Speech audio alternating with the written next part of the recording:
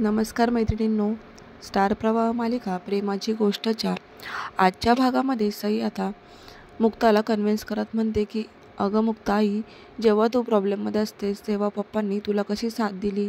मग आता पप्पा प्रॉब्लेममध्ये आहे तर तू साथ नाही का देणार पप्पांना. हो ना गं, तू पप्पाची मॉडेल. तर मुक्ता आता सईच्या सांगण्यावरून तयार होते आणि लगेचच ती ऑफिसमध्ये पोहोचते.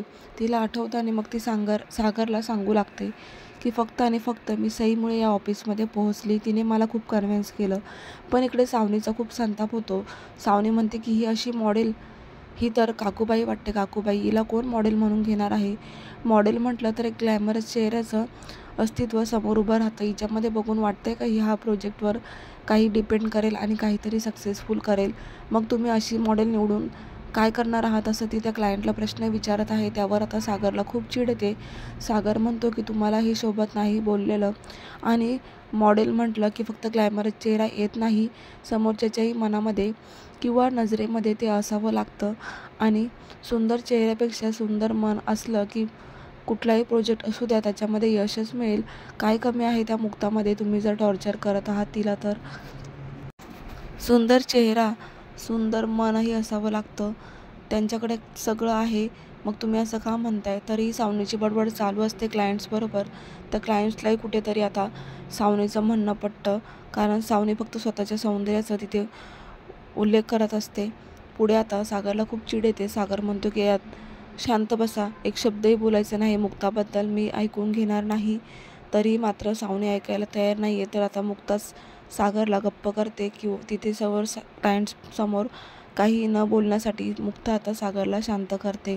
त्यानंतर मिहीरलाही खूप चिड येते. मिहीर म्हणतो की अहो काय चाललं इथे. मग आता सावनी म्हणते की हे जोडीने काय इथे सोसायटीच्या पूजेला आले आहेत का. तर मिहीर म्हणतो की ते काही नाही आहे तसं.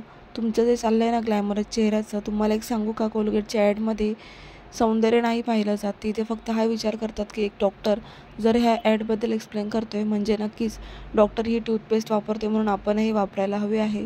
मग सागर म्हणतो की मला तेच इथे स्पष्ट करायचं आहे की मुक्ताही एक डॉक्टर आहे आणि मग ती डॉक्टर असल्यामुळे तिच्याकडे पर्सनॅलिटीसुद्धा आहे, तिच्यामध्ये चेंज होऊ शकतो. मग अशी मॉडेल ठेवायला काही प्रॉब्लेम आहे का, असं तो क्लायंट्सला म्हणतो.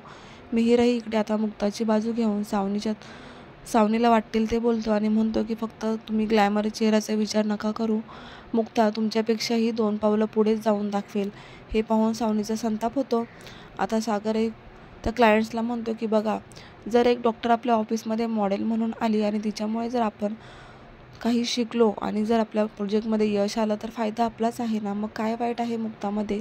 असं म्हणतच आता मुक्ताची ओळख क्लायंट्ससमोर करून दिली जाते.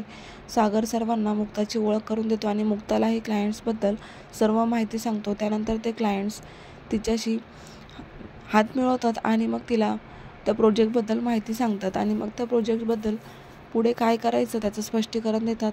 मुक्ताला सर्व काही कळतं, पण आता इकडे सावनीला बदला घ्यायचा असतो म्हणून सावनी मुक्ताला येऊन भेटते आणि म्हणते की तुला जर मॉडेल व्हायचं असेल तर मला कंप्लीट करून दाखव. मी आजपासून तुला चॅलेंज करते. जर तू माझं चॅलेंज ॲक्सेप्ट करून पूर्ण केलं तरच तू या ऑफिसमध्ये पाय द्यायचा आणि जर तू हरलीस तर पुन्हा या ऑफिसमध्ये कधीही यायचं नाही. तर मग सागरने ते ऐकलेलं असतं. सागर लगेचच सावनीला म्हणतो ठीक आहे, चॅलेंज ॲक्सेप्टेड. पण मात्र मुक्ता इथे शांत बसते, ती काहीही बोलत नाही. तिचं उत्तर इथे सागर देतो. तर ते चॅलेंज पूर्ण करणार का सागर आणि मुक्ता, हे पाहणं खूपच रंजक असं वळण आलेलं आहे. प्रेक्षकांना नवीन असाल तर चॅनलला सबस्क्राईब करा, नोटिफिकेशनसाठी बेल आयकॉनवर क्लिक करा. रोजचे अपडेट्स तुम्हाला वेळेवर मिळतील. तर भेटूया उद्याच्या भागामध्ये.